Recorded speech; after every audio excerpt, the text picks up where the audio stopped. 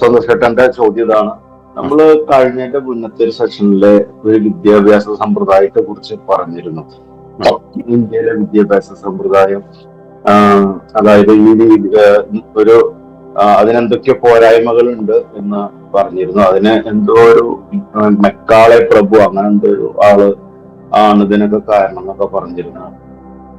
അപ്പോ ഞാനതിന് ഒരു മറുപടി വരെ പറഞ്ഞത്, ഇപ്പൊ കേരളത്തെ വെച്ച് നോക്കുകയാണെങ്കിൽ വിദ്യാഭ്യാസപരമായി വളരെയധികം നമ്മൾ മുന്നോട്ടാണ്. മലയാളികൾ ഒരുപാട് രാജ്യത്ത്, വിദേശ രാജ്യങ്ങളിൽ ഇഷ്ടം പോലെ ഉയർന്ന നല്ല നല്ല ഗൂഗിള്, നാസ അതുപോലെയുള്ള സ്ഥാപനങ്ങളിലൊക്കെ ജോലി ചെയ്യുന്നുണ്ട്. പിന്നെ വിദ്യാഭ്യാസത്തിന്റെ കാര്യത്തിലും അതുപോലെ തന്നെ വൃത്തി, വെടുപ്പ് അതിന്റെ കാര്യത്തിലും പൊതുവെ മലയാളികളെ കുറിച്ച് മറ്റ് സംസ്ഥാനക്കാർക്ക് വളരെ നല്ല അഭിപ്രായമാണ്. ഇപ്പോ കേരളത്തെ ഇപ്പോഴത്തെ അവസ്ഥ നോക്കുകയാണെങ്കിൽ ഇപ്പൊ ഇവിടുത്തെ ചെറുകിട പണികൾക്ക്, അതായത് സ്കിൽഡ് അല്ലാത്ത ജോലികൾക്ക്, ഇപ്പൊ റോഡ് പണി, അതുപോലത്തെ കടകളിൽ നിൽക്കുക, അതുപോലത്തെ കാര്യങ്ങൾക്കൊക്കെ മറ്റ് സംസ്ഥാനങ്ങളിൽ നിന്ന് ആളുകൾ ഇങ്ങോട്ട് വരികയാണ്. കാരണം അവർക്ക് പലർക്കും അടിസ്ഥാന വിദ്യാഭ്യാസം തന്നെ ഇല്ല. 10ാം ക്ലാസ് പോലും പാസ്സായ ഒരു അപൂർവമാണ് ഇങ്ങനെ ജോലിക്ക് ഇവിടേക്ക് വരുന്നത്. അപ്പൊ ഇന്ത്യയിലെ തന്നെ വലിയൊരു വിഭാഗത്തിന് തന്നെ ഇങ്ങനെ അപ്രാപ്യമായ ഒരു തലമായിട്ടാണ് ഉപരി വിദ്യാഭ്യാസം, അതായത് ഉപരിപഠനം, ഡിഗ്രി, പോസ്റ്റ് ഗ്രാജുവേഷൻ അല്ലെങ്കിൽ പ്രൊഫഷണൽ വിദ്യാഭ്യാസ മേഖല ഇപ്പൊ നിൽക്കുന്നത്. പക്ഷെ കേരളം വെച്ച് നോക്കുകയാണെങ്കിൽ പണ്ട് തൊട്ടേ മലയാളികൾക്ക് നല്ല വിദ്യാഭ്യാസം ഉണ്ട്. അതുപോലെ തന്നെ ഇപ്പോ മറ്റു സംസ്ഥാനങ്ങളിലും ഉണ്ട് വിദ്യാഭ്യാസമുള്ള ഒരു ധാരാളം ഉണ്ട്. അവിടെയും ധാരാളം എഞ്ചിനീയറിംഗ് കോളേജും മെഡിക്കൽ കോളേജൊക്കെ ഉണ്ട്. മലയാളികൾ ഒരുപാട് പേര് അങ്ങോട്ട് പോകുന്നുണ്ട്. എങ്കിലും കുറച്ചൊരു വലിയ വിഭാഗം തന്നെ അവിടെ എപ്പോഴും വിദ്യാഭ്യാസം ഇല്ലാത്തവരായിട്ട് നിൽക്കുന്നുണ്ട് എന്നുള്ളത് വേറൊരു യാഥാർത്ഥ്യമാണ്. അതുകൊണ്ടാണ് അവരിങ്ങോട്ട് ജോലിക്ക് വരുന്നത്. അപ്പോ ഞാൻ നോക്കിയിട്ട് ഇപ്പോ വിദ്യാഭ്യാസ സമ്പ്രദായത്തിന് കേരളത്തിൽ അങ്ങനെ പ്രത്യേകിച്ചൊരു കുഴപ്പം കാണുന്നില്ല. അതുപോലെ തന്നെ ഇന്ത്യയിൽ മൊത്തത്തിൽ നോക്കുകയാണെങ്കിൽ എല്ലാ വിഭാഗം ആളുകൾക്കും ഇപ്പോ IIT-കള്, IIM-കള്, അതുപോലെ തന്നെ all India institute of medical സയൻസുകൾ, അങ്ങനെ വിദ്യാഭ്യാസത്തില് ഇപ്പൊ ഒരു ഇന്ത്യയുടെ സ്ഥാനം അത്ര താഴ്ന്നതൊന്നുമല്ല മറ്റു രാജ്യങ്ങളെ അപേക്ഷിച്ച് നോക്കുമ്പോൾ എന്നാണ് ഞാൻ മനസ്സിലാക്കിയിട്ടുള്ളത്. അപ്പോ ഇതില് എന്തെങ്കിലും പോരായ്മ ഉണ്ടോ? അല്ലെങ്കിൽ നേരത്തെ പറഞ്ഞ ആ ഒരു വ്യക്തി, അദ്ദേഹം ആരാന്നറിയില്ല, മെക്കാളെ പ്രഭു ആരായിരുന്നു, എന്തായിരുന്നു, ഇപ്പൊ സമുദായത്തിന്റെ പോരായ്മ ഉണ്ടെങ്കിൽ എന്താണ് അതിനെ കുറിച്ച്? ഓക്കെ, ഇത് ഈ ചോദ്യത്തിന്റെ നീളത്തിന്റെ എത്രയോ ഇരട്ടി പുറകോട്ട് പോകേണ്ട ഒരു ഉത്തരമാണ് ഇതിന് വേണ്ടത്. സത്യത്തിൽ ഒറ്റയടിക്ക് ഉത്തരം പറയുക, ഒറ്റ വാക്കിൽ ഉത്തരം പറയുക എന്നുള്ളത് സാധ്യവുമല്ല. ഒളിമ്പസിന്റെ ഒരു വഴിയിൽ അന്വേഷണങ്ങൾ നടത്തുന്ന ഒരാളെ സംബന്ധിച്ചിടത്തോളം അവർക്കിത് പറയുമ്പോൾ വളരെ പെട്ടെന്ന് മനസ്സിലാവും. പക്ഷെ പുതിയൊരാൾക്ക് ഒരു പക്ഷേ ഇത് മനസ്സിലായിക്കൊള്ളണം എന്നില്ല. അങ്ങനെ ഒരു അവസ്ഥയുണ്ട്. കാരണം നമ്മളിത് വിദ്യാഭ്യാസ സമ്പ്രദായത്തിന്റെ പോരായ്മ എന്താണ് എന്ന് പറയണമെങ്കിൽ ആദ്യം വിദ്യ എന്താണ്, അഭ്യാസം എന്താണെന്നൊക്കെ നമ്മൾ സംസാരിച്ച് തുടങ്ങേണ്ടി വരും. അപ്പൊ എന്തിനാണ് നമ്മൾ വിദ്യാഭ്യാസം എന്നുള്ള ഒരു കാര്യം നേടേണ്ടി വരുന്നത്?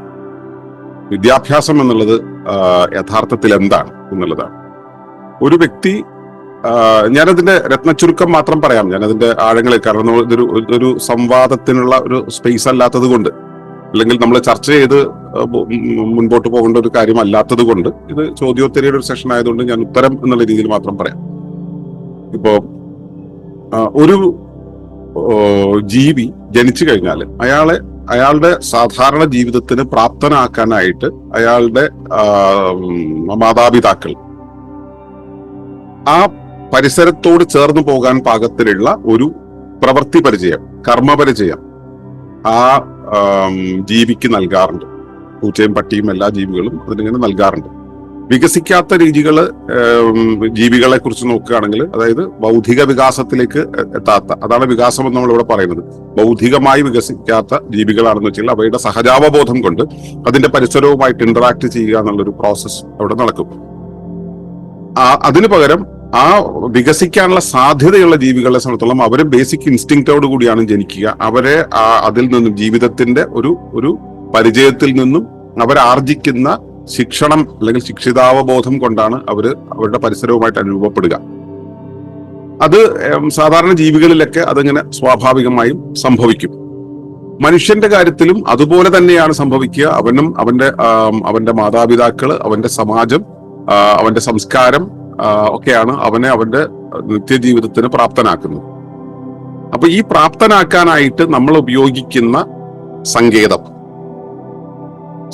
എന്ന് പറയുമ്പോൾ സഹജാവബോധത്തിനും അതീതമായിട്ട് അവന് കൊടുക്കേണ്ടി വരുന്ന ഒരു എക്സ്ട്രാ നോളജ്, എക്സ്ട്രാ സ്കിൽ എന്ന രൂപത്തിലാണ് വിദ്യ എന്നുള്ള ഒരു പദം ഉപയോഗിക്കുന്നത്. അതിനെ തൽക്കാലത്തേക്ക് അതേപോലെ തന്നെ ഇംഗ്ലീഷിലേക്ക് ട്രാൻസ്ലേറ്റ് ചെയ്യുകയാണെങ്കിൽ വിദ്യ എന്ന് വെച്ചാൽ സ്ട്രാറ്റജി എന്നുള്ള അർത്ഥത്തിലാണ്. അതായത് നമ്മുടെ പരിസരത്തോട് അനുരൂപപ്പെടാനുള്ള ശേഷികൾ ഉണ്ടാക്കിയെടുക്കാൻ ഉപയോഗിക്കുന്ന, അല്ലെങ്കിൽ പരിസരവുമായിട്ട് അനുരൂപപ്പെടാൻ വേണ്ടിയുള്ളത് എന്നുള്ള രൂപത്തിലാണത് ഉണ്ടാകുന്നതെങ്കിലും പരിസരത്തെ കോൺകർ ചെയ്യാൻ വേണ്ടിയിട്ടുള്ള ഒരു സ്കിൽ എന്നുള്ള രൂപത്തിലാണ് നമ്മൾ വിദ്യയെ പരിശീലിപ്പിക്കുന്നത്. പിന്നെ ആ വിദ്യക്ക് അടിസ്ഥാനമാകുന്ന സംഭവം വേദ് എന്ന് പറയുന്ന അറിവ് എന്ന് പറയുന്നതാണെന്നും ഒക്കെ നമ്മളിങ്ങനെ ഉണ്ടാക്കി വെച്ചിട്ടുണ്ട്, കുറെ ചട്ടങ്ങൾ ഉണ്ടാക്കി വെച്ചിട്ടുണ്ട്. സത്യത്തിൽ നമ്മുടെ പരിസരവുമായിട്ട് അനുരൂപപ്പെടാനുള്ള ഒരു വ്യക്തിയുടെ ശേഷി, അവന്റെ പരിസ്ഥിതിയുമായിട്ട് അനുരൂപപ്പെടാനുള്ള ശേഷി, ആ പരിസ്ഥിതിയുമായി അനുരൂപപ്പെട്ട് സമരസപ്പെട്ട് മുൻപോട്ട് പോകാൻ, അതായത് സമൂഹത്തോട്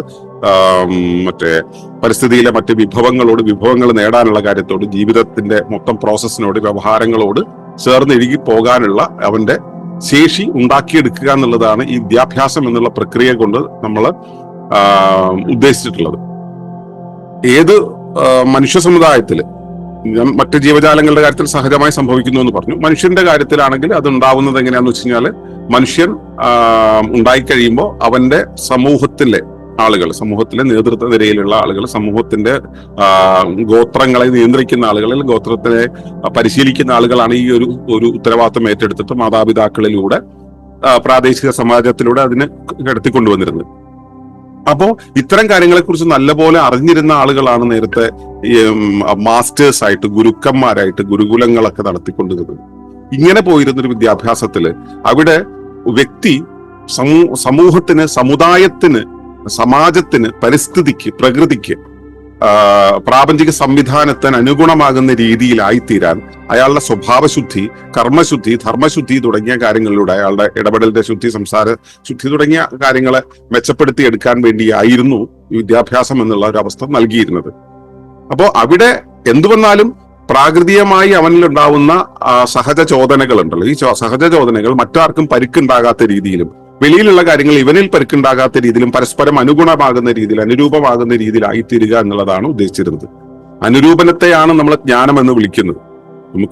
ഞാൻ എന്റെ പരിസരത്തോട് അനുരൂപപ്പെടാനുള്ള എന്റെ ശേഷിയാണ് ജ്ഞാനം എന്ന് പറയുന്നത്.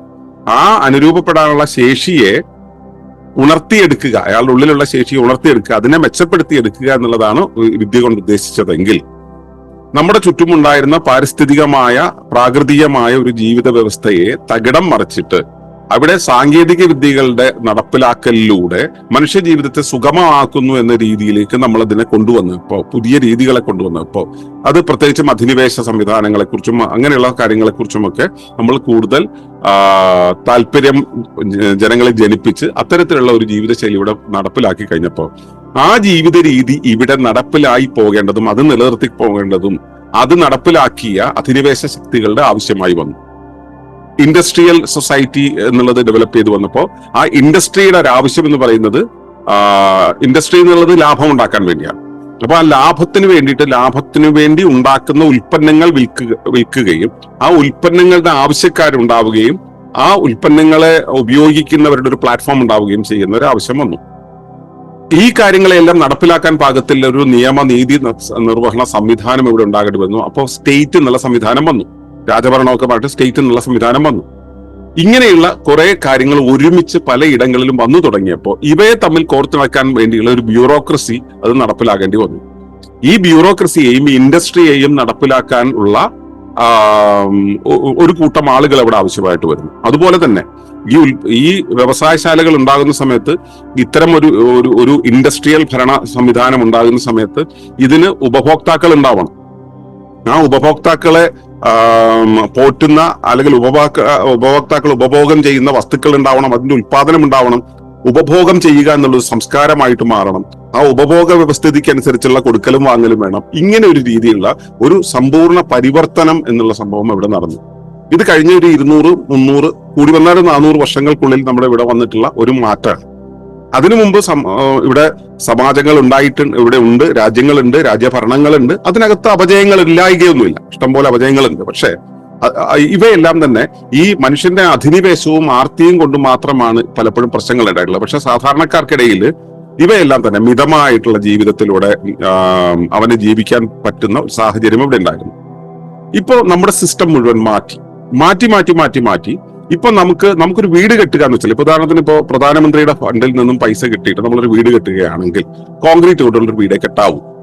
ഓട് കൊണ്ടുള്ള വീട് കെട്ടാൻ പാടില്ല, ഓല കൊണ്ടുള്ള വീട് കെട്ടാൻ പാടില്ല, നിയമമാണ്, അതിന് അനുവാദം ഇല്ല. അപ്പൊ കോൺക്രീറ്റ് കൊണ്ടുള്ള ഒരു വീട് കെട്ടുക എന്നുള്ളത് ഒരു സാമൂഹ്യ സ്റ്റാൻഡേർഡ് ആയിട്ട്, ഒരു അടിസ്ഥാന നിലവാരമായിട്ട് നിജപ്പെടുത്തിയിട്ടുണ്ട്.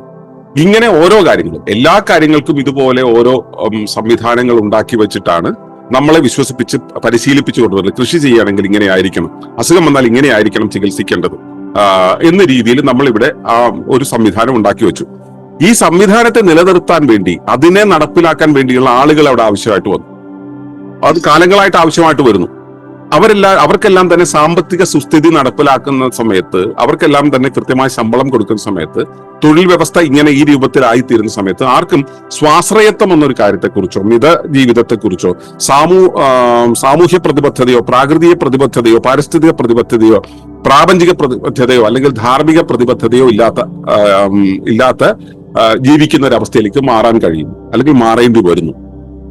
അപ്പോ അത്തരമൊരു സംവിധാനത്തെ നിലനിർത്താൻ വേണ്ടിയാണ് ഇവിടെ വിദ്യാഭ്യാസ സമ്പ്രദായം എന്നുള്ളത് ഇന്ന് നിലനിൽക്കുന്നത്. അപ്പോ ഇവരുടെ ഇൻഡസ്ട്രിയൽ സിസ്റ്റവും അതുപോലെ തന്നെ ഈ പാർലമെന്ററി ഡെമോക്രാറ്റിക് സിസ്റ്റവും ഒക്കെ ഇവിടെ നടപ്പിലാക്കാനായിട്ട് പണ്ട് ഈ ഫ്യൂഡൽ വ്യവസ്ഥയോ അല്ലെങ്കിൽ രാജവ്യവസ്ഥയോ ഒക്കെ ഉണ്ടായിരുന്ന ഒരു നാട്ടിൽ അത് 100% നല്ലതായിരുന്നു എന്നൊരു അഭിപ്രായം എനിക്കില്ല. രാജ്യവ്യവസ്ഥ എന്ന് പറയുന്നത് രാജ്യം ധർമ്മത്തോടു കൂടി നടന്നിരുന്ന ഒരു കാലമുണ്ടായിരുന്നു. അതിനെ നമ്മളിപ്പോ സനാതന തത്വങ്ങളുടെ ഒക്കെ ഒരു രീതി പറയുകയാണെങ്കിൽ സത്യയുഗത്തിലും ത്രേതായുഗത്തിലൊക്കെ ഉണ്ടായിരുന്നു. പിന്നീട് അത് ഇല്ലാതായി എന്നൊക്കെയാണ് കഥകൾ പറയുന്നത്. കഥയെ ചരിത്രമെന്നും പറയുന്നു. നമുക്കറിയില്ല, എനിക്ക് അത്രയൊന്നും അറിയാനുള്ള പ്രാവീണ്യമില്ല. അപ്പോ ഫോൺ അവിടെ ഉണ്ട്. അപ്പോ ഇത്തരത്തിലുള്ള ഒന്നും നിർത്തണം. അപ്പോ നമ്മള് എന്റെ കണക്ഷൻ പോയിട്ടോ, ഒഴുക്ക് പോയി, ക്ഷമിക്കുക, ഫോണ് മാറ്റിവെക്കാൻ ഞാൻ മറന്നു. അപ്പൊ ഞാൻ പറഞ്ഞു വന്നത്, അപ്പൊ നമ്മളെ ഈ ഒരു ഇൻഡസ്ട്രിയൽ സൊസൈറ്റിയുടെ ആ ഒരു രീതി ഇവിടേക്ക് കൊണ്ടുവരുന്നത് രാജഭരണം ഉണ്ടായിരുന്ന ഒരു ഇടത്തേക്കാണ്. അപ്പോ നമ്മൾ പ്രാദേശികമായിട്ടുള്ള ആശ്രയത്വം, പ്രാദേശിക കൃഷിരീതികൾ, പ്രാദേശികമായിട്ടുള്ള മിതജീവിതം, അതുപോലെ തന്നെ പ്രാദേശിക സംസ്കാരങ്ങളിൽ ഊന്നിക്കൊണ്ടുള്ള, നാട്ടറിവുകളിൽ ഊന്നിക്കൊണ്ടുള്ള ഒരു ജീവിത വ്യവസ്ഥ ഉണ്ടായിരുന്നപ്പോൾ അതിനു പകരം ശാസ്ത്രമാണ്, സാങ്കേതിക വിദ്യയാണ്, ഇൻഡസ്ട്രിയാണ്, ഈ ഡെമോക്രസിയാണ് ഇതിന്റെയൊക്കെ പരമമായിട്ടുള്ള കാര്യം എന്ന രീതിയിൽ ഒരു ആഖ്യാനം ഇവിടെ കൊണ്ടുവന്നിട്ട് അത് നടപ്പിലാക്കാൻ ആദ്യം ഇവർ ശ്രമിച്ചു നോക്കും. ബ്രിട്ടീഷുകാർ അതിനായിരുന്നു ആദ്യം ശ്രമിച്ചത്. അതിവിടെ നടപ്പിലാക്കാൻ ബുദ്ധിമുട്ടാണ്. അവരുടെ ആ രീതികൾ ഇവിടെ നടപ്പിലാക്കാൻ ബുദ്ധിമുട്ടാണ്. അവരുടെ ഇൻഡസ്ട്രിയും അങ്ങനെയുള്ള വിദേശോൽപ്പന്നങ്ങളുടെ ഉപഭോഗം, അതുപോലെ തന്നെ വിദേശ ആശയങ്ങളുടെ ഇംപ്ലിമെന്റേഷൻ, ഇങ്ങനെയുള്ള കാര്യങ്ങൾ ഇവിടെ സാധ്യമല്ല എന്ന് പറഞ്ഞപ്പോൾ ഇവിടെ ഇത് നടപ്പിലാകണമെങ്കിൽ ഇവിടെയുള്ള ആളുകളുടെ ഉപബോധ ചിത്രത്തിൽ മാറ്റം വരുത്തണം എന്ന ഒരു നിർദ്ദേശം, ഒരു പഠനമാണ് ഈ മെക്കാളെ പ്രഭു എന്ന് പറയുന്ന ഒരാള് ഇവിടെ നടത്തിയത്. അതിനെക്കുറിച്ച് ഞാൻ എന്താ പറയുക, ഇതിന്റെ വസ്തുതയെ മനസ്സിലാക്കുക എന്നുള്ളതല്ലാതെ ഞാൻ ഇതിന്റെ ചരിത്രരേഖകളെ കുറിച്ച് പറഞ്ഞുകൊണ്ടിരിക്കുന്ന ഒരാളല്ല. അതുകൊണ്ട് തന്നെ ഇപ്പൊ ഈ ചോദ്യം വന്നപ്പോ ഇതിന്റെ ചരിത്ര നാൾവഴികൾ എന്തൊക്കെയാണെന്നുള്ളതൊന്നും എനിക്കറിയില്ല. എന്ന് വെച്ചാൽ ഇതൊക്കെ ഒരു തവണയോ 2 തവണയോ നമ്മൾ കേട്ട് മനസ്സിലാക്കി കളയുന്ന കാര്യമാണ്. ഇതൊന്നും ഒരു ആവശ്യപ്പെടുന്ന ഒരു ഡേറ്റയേ അല്ല. പക്ഷെ ഈ ചോദ്യം വന്നപ്പോൾ ഞാൻ മറുപടി പറയാൻ നിർബന്ധിതനായതുകൊണ്ട് ഞാൻ ഇങ്ങനെ പറയുന്നു എന്ന് മാത്രം. അത് ഏത് കാലത്താണ് ഇയാൾ ഇത് ചെയ്തത്, എങ്ങനെയാണ് ഇതിന്റെ പഠനം നടത്തിയത്, ആരെയൊക്കെ പോയി കണ്ടു എന്നുള്ള ഡേറ്റയൊന്നും എന്റെ കയ്യിലില്ല. അത് നിങ്ങൾക്ക് ജസ്റ്റ് ഗൂഗിൾ ചെയ്താൽ കിട്ടും. എങ്ങനെയാണ് പുള്ളി ഇന്ത്യയെ കോൺകർ ചെയ്യാൻ ഉപയോഗിച്ച ടെക്നിക്ക് എന്താണെന്നുള്ളത് അന്വേഷിച്ചാൽ നിങ്ങൾക്ക് അത് കിട്ടും. അപ്പോ അങ്ങനെ പുള്ളി ഇന്ത്യയിൽ ഒരു പഠനം നടത്തിയിട്ടാണ് പറഞ്ഞത്, ഇന്ത്യയെ കോൺകർ ചെയ്യണം എന്നുണ്ടെങ്കിൽ ഇന്ത്യയുടെ സംസ്കാരത്തെയാണ് മാറ്റേണ്ടത്. സംസ്കാരത്തെ മാറ്റണമെങ്കിൽ ഇവിടെ തൊഴിൽ കാഴ്ചപ്പാടുകൾ, ഉപബോധ ചിത്രത്തിലാണ് മാറ്റം വരുത്തുന്നത്. അതിന് വിദ്യാഭ്യാസ വ്യവസ്ഥയിൽ മാറ്റം വരുത്തണം. ഗുരുകുലങ്ങളും ഒക്കെ ഉണ്ടായിരുന്നു. പുള്ളി പറഞ്ഞിട്ടുള്ള ഒരു വാചകം ഏതാണ്ട് ഇങ്ങനെയാണ്, അതായത് ഇന്ത്യയുടെ വടക്ക് മുതൽ തെക്ക് വരെ അങ്ങോളം ഇങ്ങോളം നടന്നിട്ടും ഒരു ഭിക്ഷക്കാരനെയോ ഒരു ദരിദ്രനെയോ ഒരു ഒന്നിനും കൊള്ളാത്ത ഒരാളെയോ ഞാൻ ഇവിടെ കണ്ടിട്ടില്ല എന്ന്. അപ്പൊ അങ്ങനെ ഒരു സിസ്റ്റം ഇവിടെ നീഡി ആയിട്ടുള്ള ആളുകൾ ഉണ്ടാകണമെങ്കിൽ ഇവിടെ വിദ്യാഭ്യാസ സമ്പ്രദായം തന്നെ മാറണം. അപ്പോ ആ ഒരു രീതിയിലാണ് പുള്ളി അത്തരം ഒരു ആശയത്തെ കുറിച്ച് പഠിച്ചിട്ട് അത് ബ്രിട്ടീഷ് പാർലമെന്റിൽ അവതരിപ്പിച്ച് അവിടുന്ന് അനുമതി നേടി അദ്ദേഹം ഡിസൈൻ ചെയ്ത ഒരു രീതിക്ക് അനുസരിച്ച് മഗബ് മെത്തേഡിലൂടെ ഇൻഡസ്ട്രിയൽ സിസ്റ്റത്തെ നടപ്പിലാക്കാൻ പാകത്തിലുള്ള അതോറിറ്റേറിയൻസിനെ, അതായത് അതോറിറ്റി അവർ തീരുമാനിക്കുന്നു, ആ അതോറിറ്റിക്ക് അനുസരിച്ച് ഉള്ള സർട്ടിഫിക്കറ്റ്സ് അവർ പ്രൊവൈഡ് ചെയ്യും, അതനുസരിച്ച് സിലബസ് അവർ പ്രൊവൈഡ് ചെയ്യും. ആ സിലബസിനനുസരിച്ച് പഠിച്ചു കയറി വരുന്നവരുടെ ഒരു തലമുറയെ വാർത്തെടുക്കുക. കുറച്ച് തലമുറകൾ അപ്പുറത്തു കഴിയുമ്പോൾ ഇതാണ് സത്യം, ഇത് മാത്രമാണ് സത്യം, മറ്റു നാട്ടറിവുകൾ അല്ലെങ്കിൽ പാരമ്പര്യ ജ്ഞാനം അല്ലെങ്കിൽ പ്രാദേശിക ജ്ഞാനം എന്ന് പറയുന്ന സാധനങ്ങൾ, അതുപോലെ നമുക്ക് നമ്മുടെ ജീവിതത്തെക്കുറിച്ച് അറിയാനുള്ളത്, അവനവന്റെ ജീവിതത്തെക്കുറിച്ച് അറിയാനുള്ള അറിവ്, സ്വയം അറിവ് എന്ന് പറയുന്ന കാര്യങ്ങളെല്ലാം തന്നെ ഇവരിൽ നിന്നും പാടെ എടുത്തു മാറ്റാൻ കഴിയുമെന്നുള്ളത് അവരുടെ ധാരണയായിരുന്നു. അത് അവരിൽ വിജയിപ്പിക്കുകയും ചെയ്തു. ഇപ്പൊ നേരത്തെ സജി പറഞ്ഞ ഒരവസ്ഥ, ഇപ്പോ കേരളത്തിൽ വിദ്യാഭ്യാസപരമായിട്ട് ഉയർച്ചയിലാണെന്ന് പറഞ്ഞു.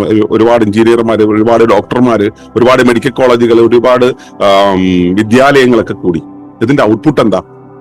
ധാർമ്മികമായ ഉത്തരവാദിത്തങ്ങളെ കുറിച്ച് യാതൊരു ധാരണയുമില്ലാത്ത, സ്വയം ജീവിതത്തിന് എന്താ വേണ്ടതെന്നുള്ളതിനെ കുറിച്ച് യാതൊന്നും അറിയാത്ത, പാരിസ്ഥിതികമായിട്ടുള്ള ആവശ്യങ്ങളെ കുറിച്ച് ഒന്നും അറിയാത്ത, സാമൂഹ്യമായിട്ടുള്ള നിലനിൽപ്പ് എങ്ങനെ വേണമെന്നുള്ളതിനെ കുറിച്ച് ഒരു ധാരണയും ഇല്ലാത്ത ഒരു ജനത ഇവിടെ ഉണ്ടായിക്കഴിഞ്ഞു. അവർക്ക് ഇവിടെ നിൽക്കേണ്ട കാര്യമില്ല. അവർ വിദേശ രാജ്യങ്ങളിലെ ഇൻഡസ്ട്രികളെ നടപ്പിലാക്കാൻ ഇവിടെയുള്ളവർ പോകുന്നു എന്ന് പറയുമ്പോൾ മനസ്സിലാക്കുക അവർക്ക് ഇവിടെ നിൽക്കാൻ കഴിയുന്നില്ല. കാരണം അവരുടെ മൈൻഡ് സെറ്റിൽ അത്തരം ഒരു ഇൻഡസ്ട്രിയൽ സൊസൈറ്റിയാണ് ഇവിടെ ആവശ്യമുള്ളത്. ആ ഇൻഡസ്ട്രിയൽ സൊസൈറ്റി ഉപയോഗിക്കുന്നവരുടെ ആവശ്യം എന്താണ്? ഇൻഡസ്ട്രിയൽ സൊസൈറ്റി ഉപയോഗിക്കുന്നവരുടെ ആവശ്യം എന്ന് വെച്ചാൽ അവരുടെ കംഫർട്ട്, ജീവിതത്തിന്റെ കംഫർട്ട് എന്നുള്ളത് മാത്രമാണ്. ശമ്പളം വാങ്ങിക്കുക, ഉപകരണങ്ങൾ വാങ്ങിക്കുക, വാഹനങ്ങൾ വാങ്ങിക്കുക, അതിങ്ങനെ എൻജോയ് ചെയ്ത് കളയുക എന്നുള്ളതല്ലാതെ അതുണ്ടാക്കുന്ന എൻവയോൺമെന്റൽ ഇമ്പാക്ട് എന്താണ്, സോഷ്യൽ ഇമ്പാക്ട് എന്താണ്, സൈക്കോളജിക്കൽ ഇമ്പാക്ട് എന്താണെന്നുള്ളതൊന്നും അവരുടെ വിഷയമാകുന്നില്ല. ധാർമ്മികമായിട്ടൊരു ജീവിതത്തിന്റെ ആവശ്യകതയെക്കുറിച്ച് ഇവർക്ക് അറിയുന്നില്ല. സ്വന്തമായിട്ടൊരു അസുഖം വന്നു കഴിഞ്ഞാൽ എങ്ങനെ അത് കൈകാര്യം ചെയ്യണമെന്ന് നമുക്ക് അറിയുന്നില്ല. അപ്പൊ നമ്മൾ ഇൻഡസ്ട്രിയുടെ ഭാഗമായിട്ടുള്ള ആളുകൾ പറയുന്ന ചികിത്സകളിലേക്ക് നമ്മൾ പോകുന്നു. എന്തുകൊണ്ടാണ് നമ്മൾ അങ്ങനെ പോകേണ്ടി വരുന്നത്? നമുക്കറിയാത്തത് കൊണ്ട്. നമ്മൾ വീട് കെട്ടാൻ മറ്റൊരാളെ ആശ്രയിക്കേണ്ടി വരുന്നത് എന്തുകൊണ്ടാണ്? നമുക്ക് വീട് കെട്ടലിനെ കുറിച്ച് അറിയാത്തത് കൊണ്ട്. ഏത് കാര്യത്തിനും കൺസൾട്ടന്റുകളും, ഈ അതോറിറ്റേറിയൻസിന്റെ സർട്ടിഫിക്കറ്റ് വാങ്ങിച്ചിട്ടുള്ള കൺസൾട്ടന്റുകൾ ഈ കാര്യത്തെ കൈകാര്യം ചെയ്യും. ഈ കൺസൾട്ടന്റുകളെ ഉണ്ടാക്കുക എന്ന് പറയുന്നതാണ് വിദ്യാഭ്യാസ സമ്പ്രദായം ചെയ്യുന്നത്. ഏത് കാര്യത്തെക്കുറിച്ചും പഠിച്ചിട്ടുള്ള കുറച്ച് ടെക്നീഷ്യൻസിനെ ഉണ്ടാക്കുക. ഈ ടെക്നീഷ്യൻസ് എന്താണ് ചെയ്യുന്നത്? അവരുടെ ധർമ്മമല്ല അവർ ചെയ്യുന്നത്. നമ്മുടെ ഒരു ആവശ്യത്തിന് ഇവരുടെ ടെക്നോളജി ഉപയോഗിച്ചുകൊണ്ട് അവർ അതിനെ ഫില്ല് ചെയ്യുന്നു. അത് അവരുടെ ഉത്തരവാദിത്തമായിട്ട് വരുന്നുണ്ട്. അവർ അതിനോട് ധാർമ്മികമായ ഉത്തരവാദിത്തം ഉണ്ട്? ഇല്ല. പകരം അവർക്ക് ഉണ്ടാവുന്ന ഉത്തരവാദിത്തം പണത്തോടാണ്. അപ്പോ ഇൻഡസ്ട്രി വർക്ക് ചെയ്യുക എന്നുള്ള രീതിയിലാണ് നമ്മൾ ഉണ്ടാക്കുന്നത്. ഇപ്പൊ ഉദാഹരണത്തിന് ഇപ്പൊ അമേരിക്കയിൽ ഉണ്ടാവുന്ന ഉരുളക്കിഴങ്ങ് അത് നടപ്പിലാക്കണമെങ്കിൽ ആ സംഭവത്തെ തൊലിക്കാനായിട്ട് നമ്മൾ റഷ്യയിലേക്ക് അല്ലെങ്കിൽ യൂറോപ്പിലേക്ക് കയറ്റി അയക്കും. യൂറോപ്പിലേക്ക് കയറ്റി അയക്കുന്ന അത് തോല് കളഞ്ഞിട്ട് തിരിച്ച് അമേരിക്കയിലേക്ക് അയക്കും. അമേരിക്ക ചെയ്താൽ പോരെ, മതി. ഇവിടുന്ന് നമ്മൾ ഉരുളക്കിഴങ്ങ് കുറെ പേര് ഇവിടേക്ക്, ഉരുളക്കിഴങ്ങിൽ കുറച്ച് റോ മെറ്റീരിയൽ ഇവിടേക്ക് ഇന്ത്യയിലേക്ക് ഇറക്കുമതി ചെയ്യുന്നു. അതേ സാധനം ഇന്ത്യയിൽ കൃഷി ചെയ്തിട്ട് നമ്മൾ വെളിയിലേക്ക് വേറെ കുറച്ച് പേര് എക്സ്പോർട്ട് ചെയ്യുന്നു. എന്തിനാണിത്? ഇൻഡസ്ട്രി വർക്ക് ചെയ്യാൻ വേണ്ടി, ആ ലോജിസ്റ്റിക് ഇൻഡസ്ട്രി വർക്ക് ചെയ്യാൻ വേണ്ടിയിട്ട്. അപ്പോൾ ഇൻഡസ്ട്രി വർക്ക് ചെയ്യാൻ വേണ്ടിയുള്ള ആ ഒരു പ്രോസസ് നമ്മൾ നടപ്പിലാക്കുമ്പോൾ അത് ഉണ്ടാക്കുന്ന എൻവയോൺമെന്റൽ ഇമ്പാക്ട് എന്താണ്, എനർജി യൂട്ടിലൈസേഷൻ എന്താണ് എന്നുള്ള കാര്യങ്ങളെ കുറിച്ചൊന്നും നമ്മൾ ആലോചിക്കാതെയാവുന്നു. അപ്പോൾ ഇതെല്ലാം നടപ്പിലാക്കാൻ വേണ്ടുന്ന ടെക്നീഷ്യൻസിനെ ഉണ്ടാക്കേണ്ടി വരുന്നു. ആ ടെക്നീഷ്യൻസിന് വേണ്ടിയിട്ട് നമ്മൾ വിദ്യാഭ്യാസം എന്നുള്ള സമ്പ്രദായത്തെ ഉപയോഗിക്കുന്നു. ഈ വിദ്യാഭ്യാസ സമ്പ്രദായത്തിലൂടെ പോകുന്ന എത്ര പേർക്ക് അവനവന്റെ ജീവിതത്തിന്റെ കാര്യങ്ങൾ, ഇപ്പോൾ ഉദാഹരണത്തിന് ആരോഗ്യപരമായ കാര്യങ്ങൾക്ക് ഒരു പ്രശ്നം വന്നാൽ അവർക്ക് എങ്ങനെയാണ് അതിനെക്കുറിച്ച് കൈകാര്യം ചെയ്യാൻ എന്ത് ധാരണയാണ് ഉള്ളത്? മാനസികമായിട്ടുള്ള പ്രശ്നം വന്നാൽ, ജീവിതത്തിന്റെ ക്രമത്തിൽ ദാമ്പത്യത്തിൽ ഒരു പ്രശ്നം വന്നാൽ, അല്ലെങ്കിൽ അവരുടെ ഒഴുക്കിന്റെ ഗതികളിൽ അതിന്റെ ആംപ്ലിറ്റ്യൂഡിൽ ഒരു പ്രശ്നം വന്നു കഴിഞ്ഞാൽ, ഇപ്പൊ കാലാവസ്ഥാ പ്രശ്നങ്ങൾ വരുന്നു, ഈ പ്രതിസന്ധികൾ വന്നാൽ, ലോക്ക്ഡൌൺ ഇനി വന്നു കഴിഞ്ഞാൽ ഇതിനെ അതിജീവിക്കാനുള്ള എന്ത് അറിവാണ് അവർക്കുള്ളത്? സ്വയം ഞാൻ ഇന്നതാണെന്ന് അറിയുന്ന എന്ത് കാര്യമാണ് ഇവിടെ ഉള്ളത്? ഇതൊന്നും അറിയാത്ത രീതിയിൽ ഇതിനെല്ലാം നമ്മൾ കൺസൾട്ടന്റിനെ കാണുന്ന രീതിയിലേക്ക് നമ്മളുടെ ചിന്താ പദ്ധതി മൊത്തത്തിൽ മാറിപ്പോയി. എന്നിട്ട് നമ്മൾ വിചാരിക്കുന്നു നമ്മളുടെ വിദ്യാഭ്യാസ സമ്പ്രദായം വെൽ വേഴ്സ്ഡ് ആണ്. നമ്മുടെ ഹൈജീനെ കുറിച്ചുള്ള കാഴ്ചപ്പാട്, ഹൈജീൻ എന്ന് പറയുന്നത് എന്താണ്? നമ്മൾ കഴിഞ്ഞ കാലത്ത് കണ്ടതാണ്. ഹൈജീൻ എന്ന് വെച്ച് കഴിഞ്ഞാൽ ഒരു വ്യക്തി ഒരിടത്തേക്ക് കയറി പോകണമെങ്കിൽ ഒരു ഗ്ലാസ് ചേമ്പറിൽ കൂടെ കടന്നു പോകണം, അവിടെ മുഴുവൻ കെമിക്കൽ ട്രീറ്റ്മെന്റ് നടത്തിയിടണം, അതിനകത്തൂടെ കടന്നു പോയാൽ നമ്മൾ ശുദ്ധമായി എന്നാണ് നമ്മുടെ ധാരണ. ജീവജാലങ്ങളെല്ലാം കൂടെ ഒരുമിച്ച് ചേരുന്ന ഒരു ഡൈവേഴ്സിഫൈഡ് ആയിട്ടുള്ള ഒരു ഏരിയയിലാണ് ഹേർഡ് ഇമ്മ്യൂണിറ്റി എന്നുള്ള സാധനം നമ്മളിൽ ഉണ്ടാവുക എന്നുള്ളത് സയൻസ് പറയുന്നതാണ്. അതുപോലും മനസ്സിലാക്കാത്ത ശാസ്ത്രകാരന്മാരുടെ നിർദ്ദേശം വെച്ചിട്ടാണ് നമ്മൾ ഇതിനനുസരിച്ചൊക്കെ പോകുന്നത്.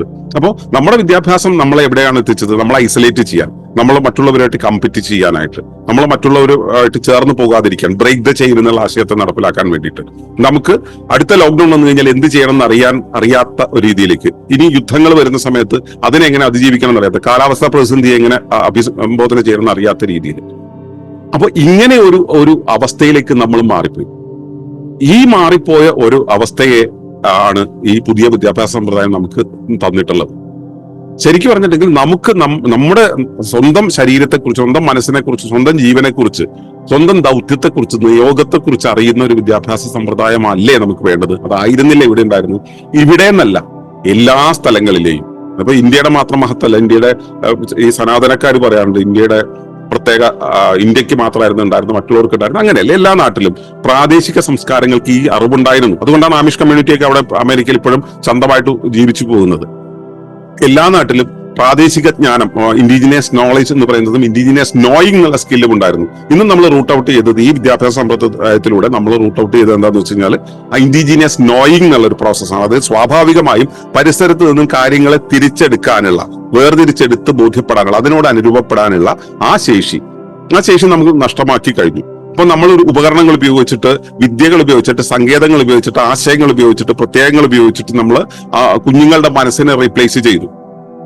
ഇപ്പോ അവനെ സംബന്ധിച്ചോളം അവനൊരു കാര്യം കണക്കാക്കണമെങ്കിൽ, അറിയണമെങ്കിൽ അവനൊരു വെളിയിൽ നിന്നുള്ളൊരു സങ്കേതം വേണം. അവന്റെ സ്വതസിദ്ധമായ ശേഷി, കാര്യങ്ങളെ ഗണിക്കാനുള്ള, വിശകലനം ചെയ്യാനുള്ള സ്വതസിദ്ധമായ ശേഷി നഷ്ടമാക്കി കഴിഞ്ഞു. ഇതാണ് നമ്മുടെ വിദ്യാഭ്യാസ സമ്പ്രദായം കൊണ്ട് നമ്മൾ നേടേണ്ടത് എന്നുള്ളതാണ് നമ്മൾ നോക്കുന്നത്. അപ്പൊ ഇവിടെ ഇത് കാഴ്ചപ്പാടിന്റെ പ്രശ്നമാണ്. നമ്മൾ ജീവിതത്തിൽ എനിക്ക് വീട് കെട്ടണം, കാറ് വാങ്ങണം, പിന്നെ എന്താ പറയാ, എന്റെ മോളെ ഡോക്ടറാക്കണം, അല്ലെങ്കിൽ ഞാൻ അവളെ കയറ്റി ചൊവ്വാമണ്ഡലത്തിലേക്ക് കയറ്റി വിടണം എന്ന് വിചാരിക്കുന്ന ഒരു കാര്യം ചെയ്താൽ മതി, ഞങ്ങൾ മാത്രം മതി, മറ്റാരും ജീവിക്കേണ്ടതില്ല എന്ന് കരുതുന്ന ഒരു സാമൂഹ്യ വ്യവസ്ഥിതിയും, കോമ്പറ്റീഷന്റെ ഒരു സാമൂഹ്യ വ്യവസ്ഥയിൽ ഈ വിദ്യാഭ്യാസ സമ്പ്രദായം വളരെ പെർഫെക്റ്റ് ആണ്. അതേസമയം സുസ്ഥിതിയുടെ രൂപത്തിലേക്ക് പോകുന്ന സമയത്ത്, സുസ്ഥിരതയുടെ, അറിവിന്റെ, ജ്ഞാനത്തിന്റെ, പരിഗണനയുടെ, കരുതലിന്റെ ഒരു ലോകത്താണ് നമ്മൾ ജീവിക്കേണ്ടതെങ്കിൽ നമുക്ക് ഈ വിദ്യാഭ്യാസ സമ്പ്രദായം അപകടത്തിലാണ്, അല്ലെങ്കിൽ അപകടമാണ് നമുക്ക് തരുന്നതെന്ന് നമ്മൾ ബോധ്യപ്പെട്ടേ മതിയാവും. അപ്പോ ഇപ്പൊ നമ്മൾക്ക് നിലവിൽ നമ്മുടെ കയ്യിൽ കിട്ടിയിരിക്കുന്ന വിദ്യാഭ്യാസ സമ്പ്രദായത്തെ ഇൻട്രൊഡ്യൂസ് ചെയ്ത ആളാണ് ഈ മെക്കാളെ പ്രഭു എന്നുള്ളതാണെന്ന് ഞാൻ പറഞ്ഞത്. അപ്പോ നമ്മളിവിടെ പറയുന്ന, ഒളിമ്പസ് മുൻപോട്ട് വയ്ക്കുന്ന വിദ്യാഭ്യാസ സമ്പ്രദായം എന്ന് പറയുന്നത് സ്വയം ബോധ്യപ്പെടാനുള്ള വിദ്യാഭ്യാസമാണ്. ഒരു കുഞ്ഞിന് അവന്റെ ശരീരത്തെയും മനസ്സിനെയും അവന്റെ ചുറ്റുപാടിനെയും അവന്റെ വ്യക്തിത്വത്തെയും സ്വത്വത്തെയും അവന്റെ ഭക്ഷണത്തെയും ഭക്ഷണം ഉൽപ്പാദിപ്പിക്കുന്ന ക്രിയയെയും അവന്റെ ജീവസന്ധാരണത്തിന് ആവശ്യമായുള്ള ഘടകങ്ങളെയും ഇവയെല്ലാം ഒരുമിച്ച് കൊണ്ടെത്തിക്കാൻ പറ്റുന്ന ഒരു ജീവിത വ്യവസ്ഥയിലേക്ക് അവൻ എത്തിക്കുക എന്നുള്ളതാണ്. ഇത് പറയാൻ തുടങ്ങിയിട്ട് 43 വർഷമായി ഞാനിത് പറയാൻ തുടങ്ങിയിട്ട്.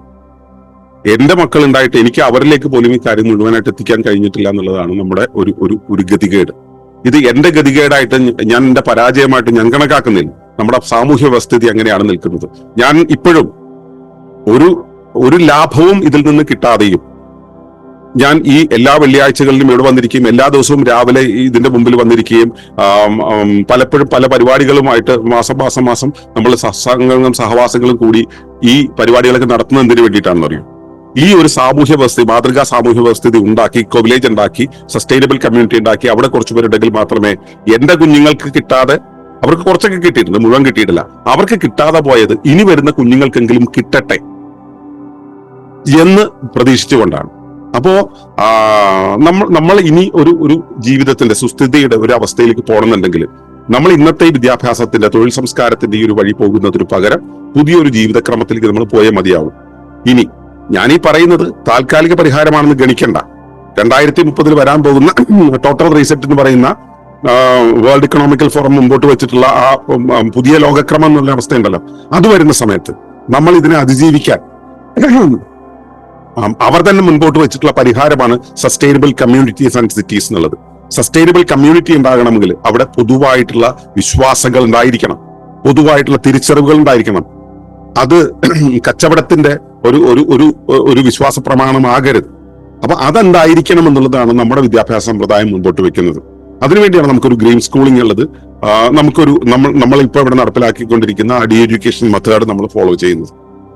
അപ്പൊ ഇതൊക്കെയാണ് ഇതിനകത്ത് വരുന്നത്. ഈ ചോദ്യത്തിന് എനിക്ക് ഇത്തരം ഒരു ഫ്രെയിമിൽ നിന്നിട്ടാണ് മറുപടി പറയാൻ കഴിയുക. ഇനി അതിലും അധികമായിട്ടുള്ള ഉത്തരങ്ങൾ വേണ്ടതുണ്ടെങ്കിൽ നമ്മൾ വളരെ ഡീറ്റെയിൽഡ് ആയിട്ടുള്ള പഠനങ്ങളിലേക്ക്, അതായത് ഇതിന്റെ ചരിത്രപരമായ പഠനങ്ങളിലേക്കും ബദൽ വിദ്യാഭ്യാസം എന്താണ്, ബദൽ ജീവിതം എന്താണ്, സുസ്ഥിരത എന്താണ്, സുസ്ഥിരതയുടെ അടിസ്ഥാനം എന്താണ് തുടങ്ങിയ പാഠങ്ങളിലൂടെ കടന്നു പോകേണ്ടി വരും. അതിന് 1500-ലധികം വീഡിയോകൾ യൂട്യൂബിലുണ്ട്, 1500-ലധികം പോസ്റ്റേഴ്സ് ഉണ്ട്, 1000-ഓളം ലേഖനങ്ങൾ നമ്മുടെ വെബ്സൈറ്റിൽ കിടക്കുന്നുണ്ട്.